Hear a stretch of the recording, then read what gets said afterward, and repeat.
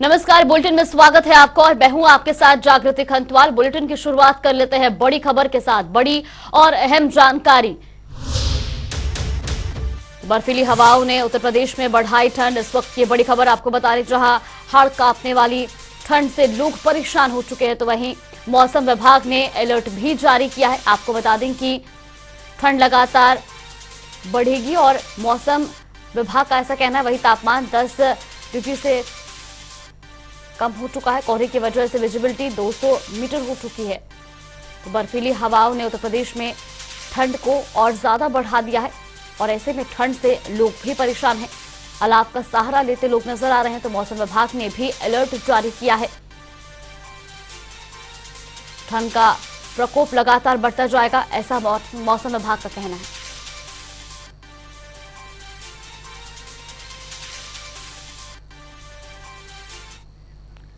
आगरा से हमारे सहयोगी ब्रिज कुमार शर्मा हमारे साथ जुड़ गए हैं। ब्रिज, सबसे पहले आपसे ये जानना चाहेंगे, लगातार जो है ठंड बढ़ती जा रही है और ऐसे में किस तरह की तस्वीरें वहां पर देखने को मिल रही है?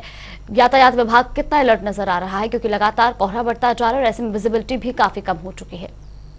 देखिए जागृति, हमें लगातार ठंड बढ़ रही है। ठंड के प्रकोप तो देखते ही स्कूलों की छुट्टी प्रशासन ने कर दी है। वहीं अगर आमजन को देखा जाए तो आमजन में लोग अलाव चलाकर ताप रहे हैं और ठंड से बचने की कोशिश कर रहे हैं।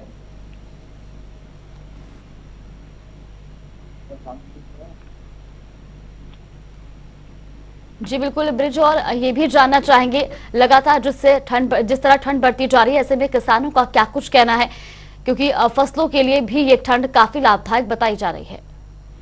देखिए, किसानों से हम बात करना चाहेंगे। किसान इस फसल से किसानों को काफी नुकसान है। किसानों के लिए काफी प्रकोप बनी हुई है, जहाँ किसान ऐसी भयंकर ठंड में किसान खेतों में पानी लगा रहा है और सभी परेशान। देखिए, हमारे साथ किसान है, उनसे बात करना चाहेंगे। जी देख, क्या नाम है आपका? जयपाल सिंह। जयपाल जी, किसान ठंड पड़ रही है, किस तरीके की परेशानी है? बहुत भयंकर ठंड पड़ रही है इस समय। ये सूखी ठंड है पूरी। तो आप लोग बहुत परेशान हो रहे हैं। आप एक किसान है, किस तरीके से खेतों के लिए नुकसान है? खेतों के लिए नुकसान है, किसान पानी नहीं दे पा रहा है। थोड़ा पानी देने सुबह जाता है, ठंड बहुत रहती है और ठंड से काफी नुकसान हो रहा है। सूखी किस तरह की तैयारी? कोई तैयारी नहीं है प्रशासन। और किसान है हमारे साथ। क्या नाम है जी आपका? मेरा रामदास है भैया जी। किस तरह की ठंड पड़ रही है? ठंड काफी जोरी ठंड पड़ रही है भैया। हाथ गलन चल रही है। किसानों के लिए किस तरह की समस्या है? समस्या भैया बहुत तरीका की परेशानी है। सुअर बह रहे थे और गाय भी बह रहे थे भैया। और रात भर तपत परेशानी, मतलब परेशानी हाथ कर रहे हैं और पहाड़ी ज्यादा परेशान कर रही है। सभी लोग परेशान हैं। कुछ समय किसान हमारे साथ, कुछ किसान और हैं। क्या नाम है जी आपका? मेरा नाम बंटी है। किस तरह की ठंड पड़ रही है? कैसी परेशानी आम जनजीवन में हो रही है? ठंड तो बहुत पड़ रही है। ठंड के मारे तो सब परेशान है, लेकिन ये सुअरों का और गांव का ज्यादा परेशान है, जो किसान क्षेत्र का है। हाँ देखिए, आपने किस तरह के किसान यहाँ परेशानियां हैं ठंड को लेकर। लोग आम जनमानस अलाव के सहारे बैठे हुए हैं। किसान भी परेशान है। जहाँ गाय भी खेतों में आ रही है, किसानों का आरोप है, वहाँ किसान खेतों को रखा भी रहे ठंडों में। जी बिल्कुल ब्रिज, और जिस तरीके से अगर बात की जाए कोहरे और धुंध की, तो ऐसे में जो है यातायात भी प्रभावित होता है। यातायात विभाग कितना अलर्ट नजर आ रहा है, किस तरह से जो है सारी व्यवस्थाओं को किया जा रहा है, ताकि जो सड़क हादसे होते हैं धुंध से, उन पर नियंत्रण किया जा सके? देखिए, हाईवे पे लगातार कोहरा बढ़ने के कारण लगातार हादसे हो रहे हैं। यातायात विभाग और पुलिस विभाग लगातार तैयारियों में जुटा हुआ है। लोगों को जागृत किया जा रहा है कि ज्यादा कोहरा होने पर गाड़ियां स्लो चलाएं, गाड़ियों को लाइट जलाकर चलाएं। और प्रशासन ने कई जगह फ्लैश भी लगा रखे हैं, जहां से लोगों को जागरूक किया जा सके। जी बिल्कुल ब्रिज, और जिस तरीके से कई लोग हैं जिनके पास रहने का आसरा नहीं होता, ऐसे में रैन बसेरों की व्यवस्था भी जो है की जाती है। क्या कुछ जानकारी इसको लेकर मिल रही है? क्या प्रशासन ने रैन बसेरों की व्यवस्था जो है वो ठीक ढंग से की हुई है, और लोगों का क्या कुछ कहना है इस पर? देखिए, प्रशासन ने रैन बसेरों की व्यवस्था तो की है, लेकिन प्रशासन की जो व्यवस्था है वो नाकाम साबित हो रही है। आज सुबह भी एक वीडियो वायरल हुआ, जहां रैन बसेरे में लोगों की जगह जानवर नजर आए थे।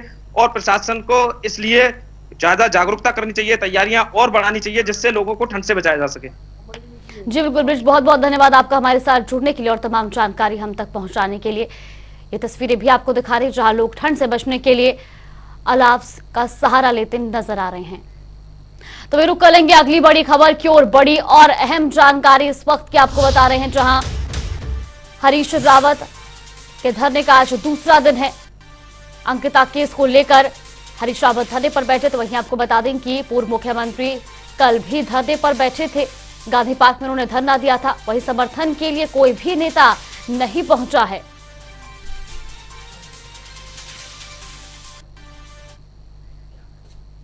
तो वहीं इसी खबर पर ज्यादा जानकारी के लिए सीधा धरना स्थल से हमारे सहयोगी विशाल हमारे साथ जुड़ गए। विशाल, सबसे पहले आपसे जानना चाहेंगे, आज दूसरे दिन भी धरने पर हरीश रावत बैठे हुए हैं, क्या कुछ पूरी जानकारी मिल रही है, किस तरह की तस्वीरें वहां पर देखने को मिल रही हैं? बिल्कुल, पूर्व मुख्यमंत्री हरीश रावत का आज दूसरा दिन है धरने का और लगातार वो अंकिता को न्याय दिलाने के लिए डटे हुए हैं। उनके कई समर्थक भी उनके साथ मौजूद हैं। सीधे बात करेंगे हरीश रावत जी से। सर, दूसरा दिन है धरने का, किस रूप में देख रहे हैं?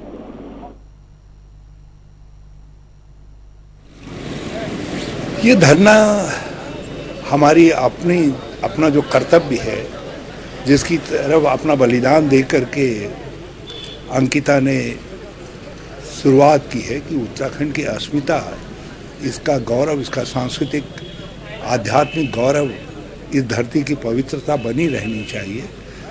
और इसीलिए हमने ये धरना दिया और प्रातः मैंने 1 घंटे का उपवास भी रखा। और जो अंकिता के बलिदान को समर्पित था कल का धरना। फिर हमने उन बेटियों के लिए भी धरना दिया जो बेटियां अभी हाल में कुछ दलित कमज़ोर बेटियां हमारी हवस का शिकार हुई हैं, तो उनके अपराधियों को दंड मिलना चाहिए। अनामिका को, ये आज का जो हमारा ये हिस्सा है, ये अनामिका को समर्पित है, जो एक क्रूरतम हत्या का शिकार हुई। गैंग रेप के बाद उसकी बड़ी निर्मम तरीके से हत्या की गई, निर्भया की तरीके से हत्या की गई, लेकिन उसके अपराधी छूट गए और उसको सुप्रीम कोर्ट ने कहा वो अनामिका, तो उस अनामिका को भी हमारी समर्पित है राज्य सरकार से इस आग्रह के साथ कि देश के नामचीन वकीलों को खड़ा करिए ताकि जो रिव्यू पिटीशन है वो सफल हो जाए। सुप्रीम कोर्ट में रिव्यू पिटीशन दायर किया गया है सुप्रीम कोर्ट के बेंच के निर्णय के खिलाफ, तो वो सफल हो, उसके लिए बहुत आवश्यक है कि राज्य सरकार जो है कुछ सुविज्ञ नामचीन एडवोकेट्स को खड़ा करे। सर, लगातार विपक्ष ये आरोप भी लगा रहा है कि 19 विधायक वाली पार्टी है, लेकिन विधायक नहीं दिख रहे हैं, अध्यक्ष नहीं दिख रहे हैं, नेता प्रतिपक्ष नहीं दिख रहे हैं। ये तो आम अपील है, जो आगे वो सब है वो भी धरने की भावना के साथ है। तो ये परेड थोड़ी है, ये परेड थोड़ी है, ये तो एक भावना है। अब उस भावना में कुछ लोग रात भर भी रह गए, कुछ लोग नहीं आ पाए, कुछ लोग अपने कामों में इधर उधर फंसे हुए। मेरी बेटी नहीं आई थी अभी, बल्कि वो दिल्ली को जा रही है, तो अब आई है अभी जो है। अब ये इसका अर्थ ये थोड़ी है कि आगे की क्या रणनीति रहने वाली है। हम ये भी चाहेंगे कि आप ये भी सवाल जरूर पूछे उनसे कि जिस तरह से जो है इस धरने को जो है वो सर्वदलीय धरना बताया गया था और अभी तक फिलहाल किसी भी नेता का समर्थन वहां पर मिलता नजर नहीं आ रहा है।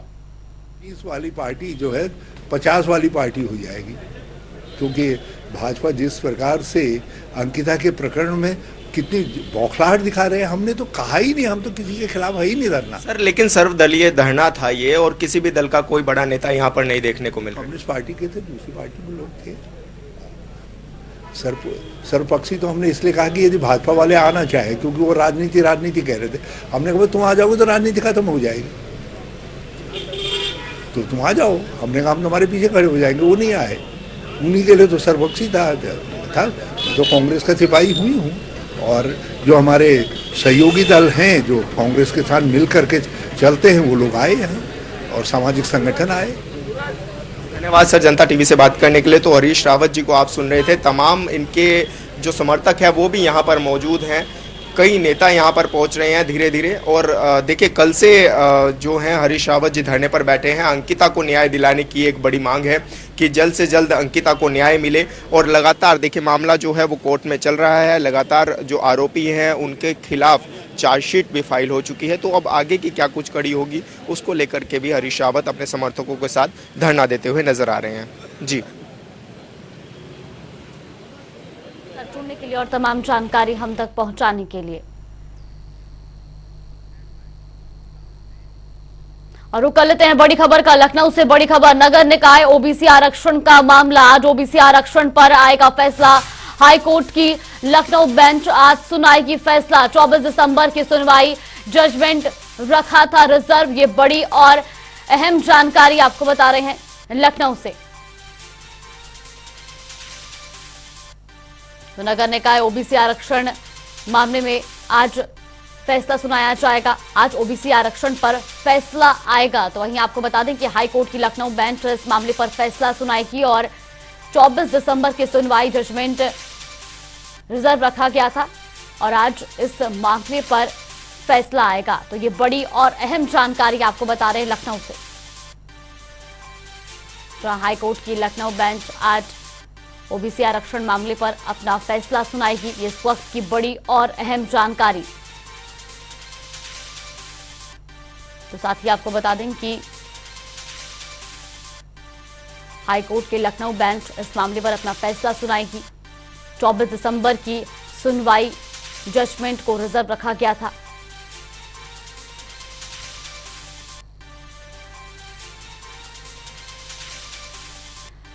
तो लखनऊ से इस वक्त की बड़ी और अहम जानकारी। हाई कोर्ट की लखनऊ बेंच आज ओबीसी आरक्षण मामले पर अपना फैसला सुनवाएगी। तो यही आपको बता दें कि नगर निकाय ओबीसी आरक्षण मामले पर यह फैसला आना है और आज इस मामले पर फैसला भी आ जाएगा। वहीं हाई कोर्ट की लखनऊ बेंच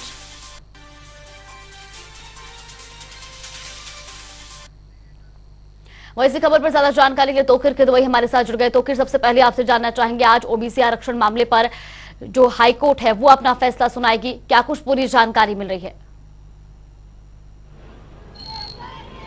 देखिए 24 तारीख को सुनवाई पूरी हो गई थी और दोनों पक्षों की दलीलें भी सुनी गई थी। इसके बाद फैसला रिजर्व कर लिया गया था, यानी कि आज इस अहम मुद्दे पर फैसला आएगा, जिसके बाद कोर्ट अपना रुख साफ करेगा कि आगे की जो अधिसूचना जारी करने पर जो रोक लगाई गई थी हाई कोर्ट की तरफ से, उसे वो बहाल करते हैं या फिर रोक बनी रहेगी। तो फिलहाल एक बड़ा सवाल भी है और इसके अलावा जो राजनीतिक दल हैं उनकी जो तैयारियां हैं उसको लेकर भी सवाल खड़े हुए थे कि जिस तरह से तैयारियां शुरू हुई हैं, लेकिन हाईकोर्ट में पेंच फंसने के बाद अब सभी राजनीतिक दल बैकफुट पर हैं। अब इंतजार करना होगा, कुछ घंटों बाद ही भी हाईकोर्ट अपना रुख साफ करेगी, फिर उसके बाद ही तय हो पाएगा कि नगर निकाय के चुनाव आखिर कब होंगे, क्योंकि जो कार्यकाल है वो 19 जनवरी को खत्म हो जाएगा, उससे पहले ही चुनाव कराने हैं। तो फिलहाल चुनाव आयोग की तरफ से भी तस्वीर साफ कर दी गई थी कि जो 19 जनवरी है उसमें सभी जो नगर निकाय हैं या जो नगर पालिका हैं उनका कार्यकाल समाप्त हो जाएगा। इसके बाद जो नगर आयुक्त है उनके हाथ में इसकी कमान चली जाएगी। तो कहीं ना कहीं 19 जनवरी से पहले चुनाव कराने भी हैं। अब देखना होगा जो हाईकोर्ट का क्या रुख होता है और हाईकोर्ट जो आरक्षण समिति की जो रिपोर्ट है उसके ऊपर क्या निर्णय लेती है। लेकिन फिलहाल ये बताया जा रहा है, जो अनुमान है कि हाईकोर्ट इस तारीखों को भी आगे और बढ़ा सकती है या सरकार को संशोधन के लिए कुछ दिशा निर्देश जारी कर सकती है।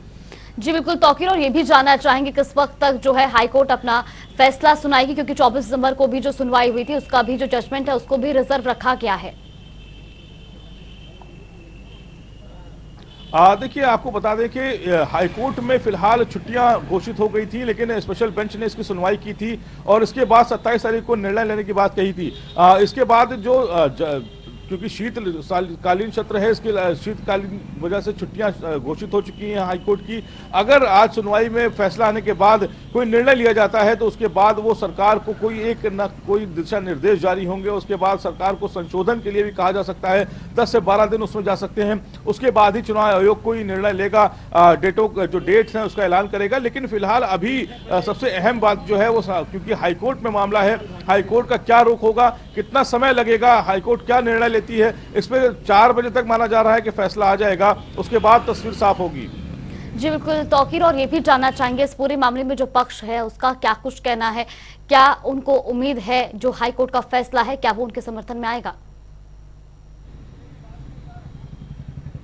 देखिए, जो इसमें याचिका करते हैं वैभव वाजपेयी, उनकी तरफ से कहा गया था कि जो आरक्षण जो नीति बनाई गई है उसमें ट्रिपल टेस्ट फॉर्मूले का उसमें पालन नहीं किया गया, यानी कि सुप्रीम कोर्ट की जो गाइडलाइन है उसका पालन नहीं किया गया है। यही वजह है कि ये मामला कोर्ट में फंसा और उसके बाद सरकार से हलफनामा भी मांगा गया था। सरकार ने अपना हलफनामा पेश किया उसके बाद, लेकिन जो सहमति थी वो कोर्ट की तरफ से नजर नहीं आई। कोर्ट कहीं ना कहीं सरकार के हलफनामे से सहमत नहीं थी, इसी वजह से सुनवाई लगातार जारी है। आज निर्णय जरूर आएगा, लेकिन इसके बाद क्या होता है, कोर्ट किस तरह का निर्णय लेगी, ये तो एक बड़ा सवाल है। लेकिन जिस तरह से नगर निकाय से जुड़े जो प्रत्याशी हैं, जो आवेदक हैं, उनकी धड़कनें जरूर बढ़ी हुई हैं क्योंकि कोर्ट के रुख पर ही सब कुछ डिपेंड करेगा। कोर्ट जो निर्णय लेगा उसके बाद ही तस्वीर साफ हो पाएगी। चुनाव आयोग भी उसके ऊपर ही फैसला ले पाएगा। लेकिन आरक्षण नीति का मामला क्योंकि बड़ा है, ओबीसी एक बड़ा वर्ग है, 52% की आबादी है, इस पर कोई भी दल इसमें सामने आकर कुछ भी बोलने को तैयार नहीं है। पक्ष विपक्ष दोनों एक दूसरे पर आरोप लगा रहे हैं कि कोर्ट में मामला समाजवादी पार्टी की तरफ से फंसाया गया। भाजपा के नेताओं का आरोप है, जबकि समाजवादी कह रही है कि ये ओबीसी की जो जात है उसके खिलाफ इस तरह के निर्णय लिए गए हैं। तो फिलहाल इसी मामले को लेकर राजनीतिक दांवपेच भी फंसे हुए हैं और आरोप प्रत्यारोप का दौर भी जारी है। जी बिल्कुल तौकीर, बहुत बहुत धन्यवाद आपका हमारे साथ जुड़ने के लिए और तमाम जानकारी हम तक पहुंचाने के लिए। रुक कर लेंगे बड़ी खबर का। लखनऊ से बड़ी खबर, डिप्टी सीएम ब्रिजेश पाठक ने दिए आदेश। यूपी के सभी अस्पतालों में आज मॉक ड्रिल, कोरोना को लेकर सभी अस्पतालों में मॉक ड्रिल किया जाएगा। इस वक्त की ये बड़ी और अहम जानकारी डिप्टी सीएम ब्रिजेश पाठक ने आदेश दिए हैं। कोरोना को लेकर सभी अस्पतालों में मॉक ड्रिल किया जाएगा। यूपी में कोरोना से निपटने की तैयारियां जो है वो तेज हो चुकी है, तो प्रदेश भर के अस्पतालों में मॉक ड्रिल होगा। इस वक्त की बड़ी और अहम जानकारी, तो डिप्टी सीएम ब्रिजेश पाठक ने सभी अस्पतालों में मॉक ड्रिल के आदेश दिए हैं। लगातार जिस तरह से कोरोना के मामले सामने आ रहे हैं, ऐसे में अब प्रदेश सरकार भी अलर्ट मोड पर नजर आ रही है। प्रदेश भर के अस्पतालों में मॉक ड्रिल किया जाएगा। डिप्टी सीएम ब्रिजेश पाठक ने ये आदेश दिए हैं। लखनऊ से ये बड़ी और अहम जानकारी, कोरोना को लेकर स्वास्थ्य विभाग भी अलर्ट मोड पर नजर आ रहा है।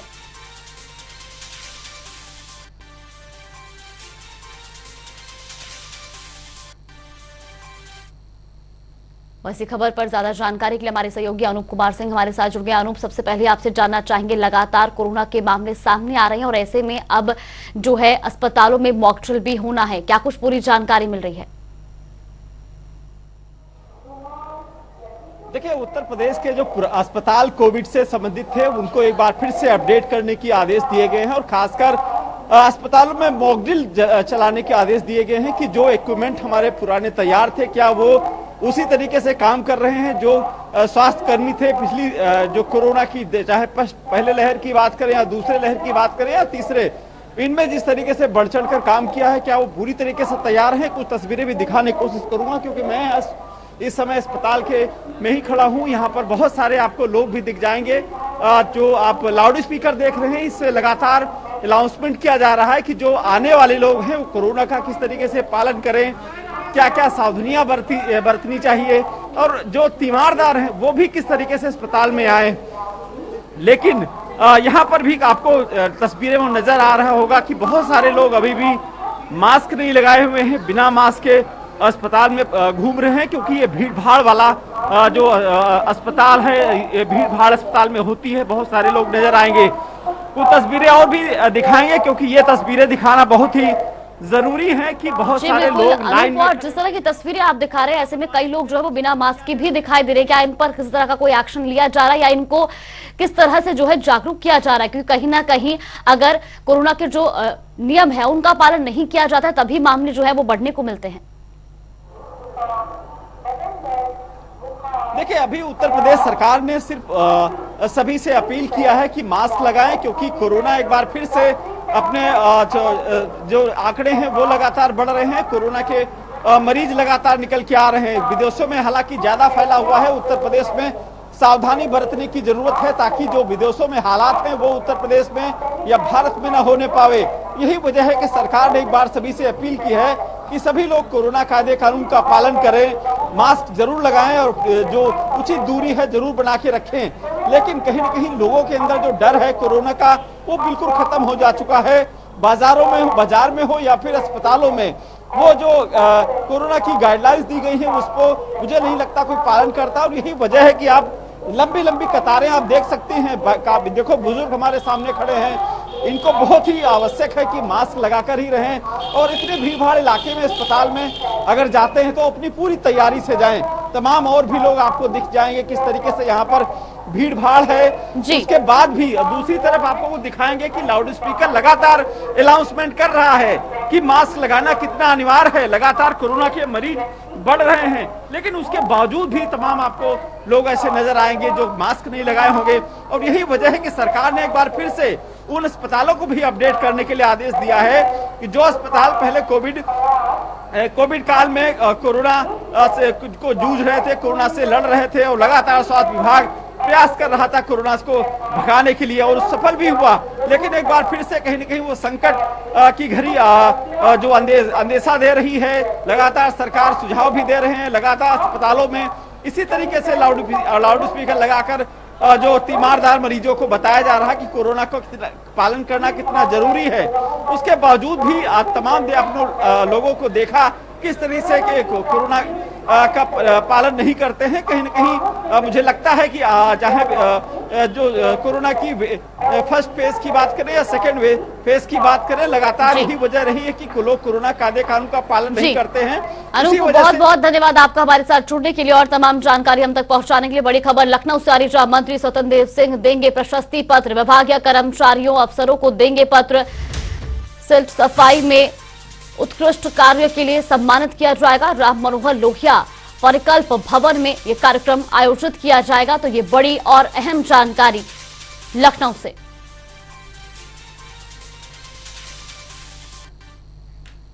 वही रुक करेंगे अगली बड़ी खबर की ओर, जालौन से बड़ी खबर। आज जालौन जाएंगे अखिलेश यादव, 11:30 बजे पहुंचेंगे विजय विक्रम रिजॉर्ट। सुरेंद्र यादव के निधन पर देंगे श्रद्धांजलि। पूर्व जिला पंचायत सदस्य थे सुरेंद्र यादव। शोकाकुल परिवार से शोक संवेदना व्यक्त करेंगे अखिलेश यादव। ये बड़ी और अहम जानकारी जालौन से। तो शोकाकुल परिवार से शोक संवेदना भी व्यक्त करेंगे अखिलेश यादव। वह रुक लेते हैं बड़ी खबर का, बड़ी और अहम जानकारी श्रावस्ती से। नरेंद्र सिंह तोमर का श्रावस्ती दौरा आज। कृषि मंत्री का 2 दिवसीय श्रावस्ती दौरा। मंत्री के आगमन को लेकर बीजेपी ने की बैठक। सरदार पटेल की मूर्ति पर माल्यार्पण करेंगे। तो ये बड़ी और अहम जानकारी आपको बता रहे हैं, जहां पर सरदार पटेल की मूर्ति पर माल्यार्पण करेंगे। तो नरेंद्र सिंह तोमर का आज श्रावस्ती दौरा। और उत्तराखंड से इस वक्त की बड़ी खबर आपको बता रहे देहरादून से, जहां सीएम धामी ने किया सम्मानित। महिला अंडर 19 क्रिकेट टीम का सम्मान किया है। टीम को बीसीसीआई चैंपियन जीतने की बधाई दी गई। तो वही उत्तराखंड का नाम रोशन हो रहा है, ऐसा भी सीएम ने कहा। साथ ही सीएम ने कहा कि पीएम एक भारत श्रेष्ठ भारत को बढ़ावा दे रहे हैं।